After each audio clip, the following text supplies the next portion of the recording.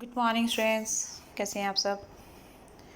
Factory act 1948 के इस video में हम बात करने वाले हैं कुछ अलग प्रोविज़न्स की जो डेंजरस प्रोसेसेस से रिलेटेड हैं। तो जैसा कि हम देख रहे हैं कि फैक्ट्री एक्ट 1948 में ये प्रोविज़न नहीं डाले गए थे, लेकिन एक अमेंडमेंट हुआ 1987 में जिसके तहत कुछ प्रोविज़न जो हैज़ार्डस यानी डेंजरस प्रोसेस से रिलेटेड थे वो हमने फैक्ट्री एक्ट में इंक्लूड होते देखे। तो वो किस संदर्भ में हैं और उनका क्या इम्पोर्टेंस है, वर्कर्स की सेफ्टी से रिलेटेड कैसे हैं वो, इन सब के बारे में आज हम बात करेंगे। ऐसा देखा जाता है कि कई बार कुछ फैक्ट्रीज़ में कुछ इस तरीके की प्रोसेस यूज़ होती है, प्रोसेस की जाती है। मैन्युफैक्चरिंग प्रोसेस का टाइप इस तरीके का है जो कुछ ये लगा लीजिए कि वो ख़तरनाक है, वर्कर्स की सेफ्टी के ऊपर कुछ क्वेश्चन मार्क लग सकते हैं।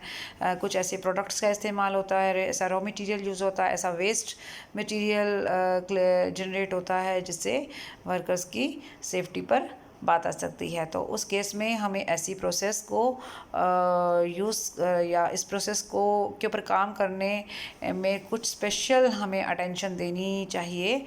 और क्योंकि कुछ कई तरह के जो मटेरियल इस्तेमाल होते हैं उसका बैड इफ़ेक्ट उनकी बॉडी पर, उनकी आँखों पर हो सकता है, उनकी हेल्थ के लिए प्रॉब्लम हो सकती है। और इसके अलावा ये वो मटेरियल है जो नॉर्मल मटेरियल के कंपैरेटिवली ज़्यादा पॉल्यूशन क्रिएट करते हैं।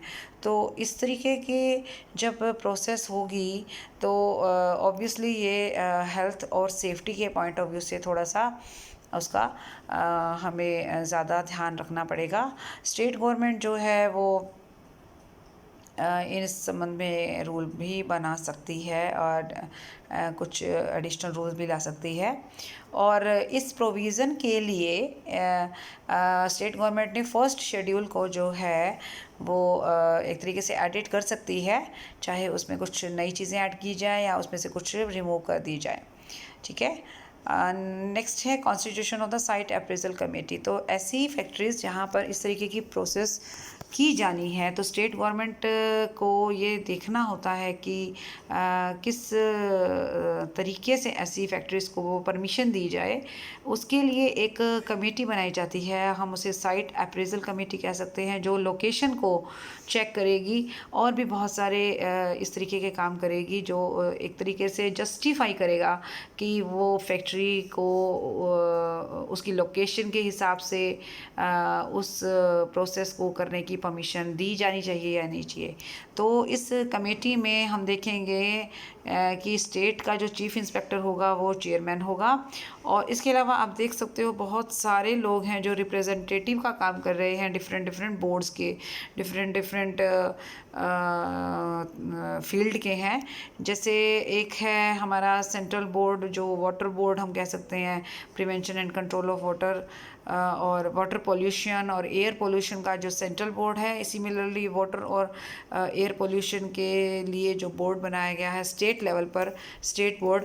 तो ये चार तरीके के रिप्रेजेंटेटिव तो हमारे इस तरीके से हो गए, सेंट्रल लेवल के, स्टेट लेवल के, वाटर पोल्यूशन से रिलेटेड और एयर पोल्यूशन से रिलेटेड। इसके अलावा डिपार्टमेंट ऑफ एनवायरनमेंट का भी जो स्टेट में डिपार्टमेंट ऑफ एनवायरनमेंट है उसका जो एक रिप्रेजेंटेटिव हमें इस कमेटी में लेना है। मेटीरियोलॉजिकल डिपार्टमेंट का रिप्रेजेंटेटिव भी लिया जाएगा। ऑक्यूपेशनल हेल्थ के ऊपर जिस फील्ड में काम करने वाले ऐसे किसी एक्सपर्ट को रिप्रेजेंटेटिव के तौर पर लिया जा सकता है। ओके, उसके बाद आ रहा है जो टाउन प्लानिंग डिपार्टमेंट है उसके रिप्रेजेंटेटिव को लिया जाना चाहिए। प्लस में 5 और लोग भी हो सकते हैं। वो 5 लोग कौन कौन से हैं? एक तो वो साइंटिस्ट जो स्पेशल नॉलेज रखता हो इस प्रोसेस में, इस प्रोसेस के साथ फेमिलियर हो। दूसरा एक ऐसा रिप्रेजेंटेटिव जो लोकल अथॉरिटी, जो उस एरिया में काम करती है, लोकल अथॉरिटी जिस एरिया में फैक्ट्री को लगाया जाना है। और इसके अलावा 3 और लोग भी लगाए जाएंगे, इससे ज़्यादा नहीं, जो फिट समझे जाएंगे स्टेट गवर्नमेंट के द्वारा रिप्रेजेंटेड बनने के लिए। ठीक है।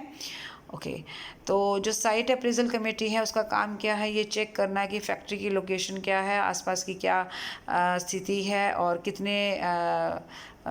कितने पॉपुलेशन है वहाँ पर। तो साइट अप्रेजल कमेटी जो है वो उसको एप्लीकेशन दी जाएगी। उस एप्लीकेशन के आधार पर वो रिकमेंडेशन करेगी विद इन 90 डेज़, ठीक है। ओके, उसके अलावा फिर कई बार ऐसा भी होता है कि मान लीजिए कोई भी फैक्ट्री जो सेंट्रल गवर्नमेंट जिसको ओन एंड कंट्रोल करती है, उस केस में स्टेट गवर्नमेंट जो है वो साइट अप्रेजल कमेटी का मेन पार्ट रहेगा और सेंट्रल गवर्नमेंट के रिप्रेजेंटेटिव भी इसमें शामिल होंगे। ओके, और ये जो साइट अप्रेजल कमेटी है वो उसको पावर है कि वो कोई भी इंफॉर्मेशन मांग सकती है उस फैक्ट्री से रिलेटेड जिस फैक्ट्री को या तो नए सिरे से लगाया जाना है या उसका एक्सपेंशन हो रहा है। नेक्स्ट है, अगर स्टेट गवर्नमेंट ने ग्रांट कर दिया है यानी कि परमिशन दे दी है फैक्ट्री को इस्टेब्लिश होने की, तो फिर उस फैक्ट्री को या उसके ओनर या उसके ऑक्यूपायर को वाटर पोल्यूशन बोर्ड या स्टेट पोल्यूशन या एयर पोल्यूशन बोर्ड या किसी भी और से परमिशन की दोबारा ज़रूरत नहीं है।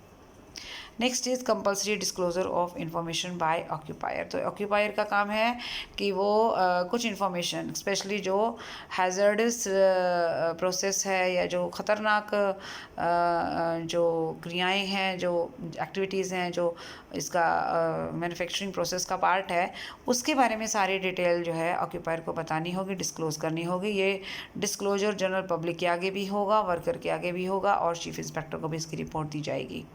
उसके अलावा हेल्थ और सेफ्टी से रिलेटेड क्या पॉलिसी ऑक्यूपायर ने अडॉप्ट की है उसकी डिटेल भी उसको देनी होगी। फिर उसके अलावा जो है वेस्ट मटेरियल जो भी होगा उसका क्या फ़ीचर है और उसको डिस्पोज ऑफ करने का क्या तरीका अपनाने वाला है ऑक्यूपायर, इसके बारे में भी हमें मतलब सभी लोगों को जो कंसर्न पार्टीज़ हैं उनको उनकी नॉलेज में बात लाई जाएगी। ओके, उसके अलावा इमरजेंसी प्लान क्या है, मान लीजिए अगर कोई मिसहैपनिंग हो जाती है या कोई डिज़ास्टर वाला सीन क्रिएट होता है तो उससे बचाव के लिए यानी कि नुकसान कम से कम हो उसके लिए क्या सेफ्टी मेजर वो अपनाने वाला है उसकी भी जानकारी उसको मिलनी चाहिए, उसको देनी होगी। हर ऑक्यूपायर फैक्ट्री के हर ऑक्यूपायर को अगर तो फैक्ट्री पहले से इस्टेब्लिश्ड है और एक्ट बाद में आया तो उसके 30 दिन के अंदर अंदर या फिर विद इन 30 डेज़ जब वो उसमें वो प्रोसेस स्टार्ट करने वाली है उसके 30 दिन के अंदर अंदर अब उस प्रोसेस की नेचर और डिटेल जो है वो देनी होगी, इन्फॉर्म करनी होगी चीफ इंस्पेक्टर को। और फिर इसके अलावा अगर ऑक्यूपायर इन प्रोविज़न्स को अच्छे से फॉलो नहीं करता है तो जो लाइसेंस उसको इश्यू किया गया है वो कैंसिल हो सकता है, ये उसी की पेनल्टी मानी जाएगी।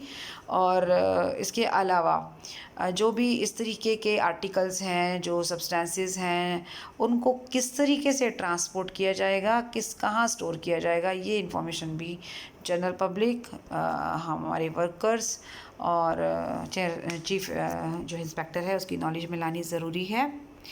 Next is special responsibility of the occupier in relation to hazardous process. अभी स्पेशल रिस्पॉन्सिबिलिटी क्या है ऑक्यूपायर की, उसको वो सारे प्रोविज़न्स फॉलो करने हैं, वो सारे सेफ्टी मेजर्स फॉलो करने हैं जो होने वाले नुकसान को कम से कम करने की कोशिश करें।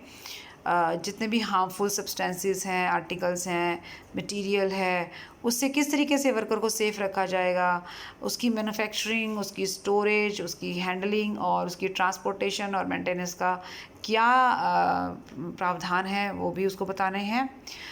उन्हें यानी ऑक्यूपायर की रिस्पॉन्सिबिलिटी क्या है, वो उन्हीं पर्सन को अपॉइंट करे जिसके पास प्रॉपर एक्सपर्टीज़ है या क्वालिफ़िकेशन है ऐसी प्रोसेस में के साथ फेमिलियर होने की और उसको उसका एक्सपीरियंस है। जहाँ पर एक्सपीरियंस या क्वालिफ़िकेशन की बात आती है तो चीफ इंस्पेक्टर का डिसीज़न फाइनल समझा जाएगा। और मेडिकल एग्जामिनेशन की जहाँ तक बात है हर वर्कर की, तो इस प्रोसेस में किसी भी वर्कर को इन्वॉल्व करने से पहले उसका मेडिकल एग्जामिनेशन होना ज़रूरी है, और सिर्फ एक बार नहीं बल्कि हर 12 महीने के बाद ये जो है चेकअप दोबारा से होगा, और इस तरीके से हम वर्कर्स की प्रोटेक्शन को इंश्योर करेंगे। लास्ट पॉइंट है हमारा power of central government to appoint inquiry committee. अगर सेंट्रल गवर्नमेंट के पास पावर है कि वो एक इंक्वायरी कमेटी बिठा सकती है अगर इस तरीके की कोई घटना हुई है, तो कहाँ नेग्लिजेंस हुआ है, किस तरीके से फेलियर हुआ और क्या रीज़न रहे, उसको फाइंड आउट करने के लिए इंक्वायरी कमेटी होगी, और इंक्वायरी कमेटी अपनी रिपोर्ट जो है सेंट्रल गवर्नमेंट को प्रोवाइड करेगी। Next is emergency standards. Central government जो है वो अगर इसका उनका ओपिनियन है कि पर्टिकुलर फैक्ट्री में जो ख़तरनाक प्रोसेस है, ज़बरदस्त प्रोसेस है, जिसका असर वर्कर्स की हेल्थ पर, सेफ्टी पर, प्रोटेक्शन के ऊपर हो सकता है, या अगर प्रोविज़न जो बनाए गए हैं वो एडिक्वेट नहीं है, तो सेंट्रल गवर्नमेंट डायरेक्टर जनरल को आदेश जारी कर सकती है, director general of factory advice services को, कि वो उस फैक्ट्री में प्रॉपर स्टैंडर्ड्स को इंश्योर करें, एस्टेब्लिश करें, ताकि इन फ्यूचर इस तरीके की प्रॉब्लम क्रिएट ना हो। ओके, और ये रूल्स, ये प्रोविज़न जो है उनके रूल्स का पार्ट बन जाने चाहिए। Next is permissible limit of exposure of chemical and toxic substances. Process में जो भी केमिकल्स का इस्तेमाल होता है या टॉक्सिक सब्सटेंसेस का इस्तेमाल होता है, उसका भी एक लेवल फिक्स होना चाहिए कि एक पर्सन कितना एक्सपोज करेगा ऐसी चीज़ों को। डेफिनेटली हमारी बॉडी की एक लिमिटेशन होती है, तो उस लिमिटेशन को हम क्रॉस नहीं कर सकते। तो ऑब्वियसली ये एक प्री डिसाइडेड चीज़ है कि सेकंड शेड्यूल जो बनाया गया है उसके अंदर ये बात डाली गई है कि इन सब्सटेंसेस का या जो केमिकल्स हैं फैक्ट्री में जो इस्तेमाल किए जाएंगे, वो कितने लेवल तक, किस लेवल तक हम उसके एक्सपोजर में आ सकते हैं। Central government has a right to make the rules regarding this, और वो इन रूल्स में सुटेबल चेंजेस भी कर सकती है। Next is workers participation in safety management. Workers का भी एक दायित्व बनता है कहीं ना कहीं सेफ्टी को इंश्योर करने का। सिर्फ ये ऑक्यूपायर का या गवर्नमेंट का काम नहीं है, वर्कर्स को भी अपने पार्ट पर अपनी रिस्पॉन्सिबिलिटी पूरी करनी होगी। तो वर्कर्स को रिप्रेजेंटेटिव लिया जा सकता है मैनेजमेंट के साथ, ताकि एक हेल्दी और सेफ़ एनवायरनमेंट क्रिएट किया जा सके और उसको इंश्योर किया जा सके।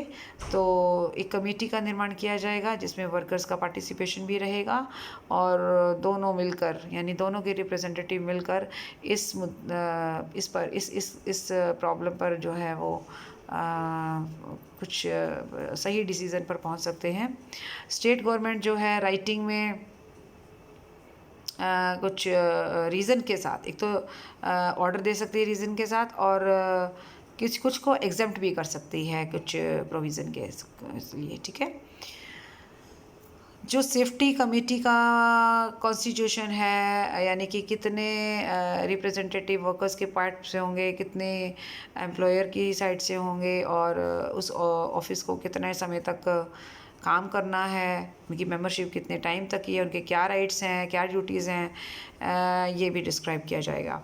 And the last one of this video and this chapter is right of workers to warn about imminent और डेंजर। अगर मान लीजिए वर्कर्स को इस तरीके का आभास होता है कि किसी पर्टिकुलर आर्टिकल से या प्रोडक्ट से या प्रोसेस से कोई इमीडिएट डेंजर का है अंदेशा, तो या चांसेस हो सकते हैं, तो वो उन्हें इसकी सूचना तुरंत ऑक्यूपायर को देनी होगी, या जो भी इंस्पेक्टर है उस एरिया का उसको ये प्रोवाइड करनी होगी, या उस जो भी रिप्रेजेंटेटिव है सेफ्टी कमेटी में उनको ये बताना होगा। और ऑक्यूपायर है या जो भी कमेटी है या फिर इंस्पेक्टर हैं, उन्हें श्योर करना होगा कि इस तरीके की प्रॉब्लम ना होने पाए।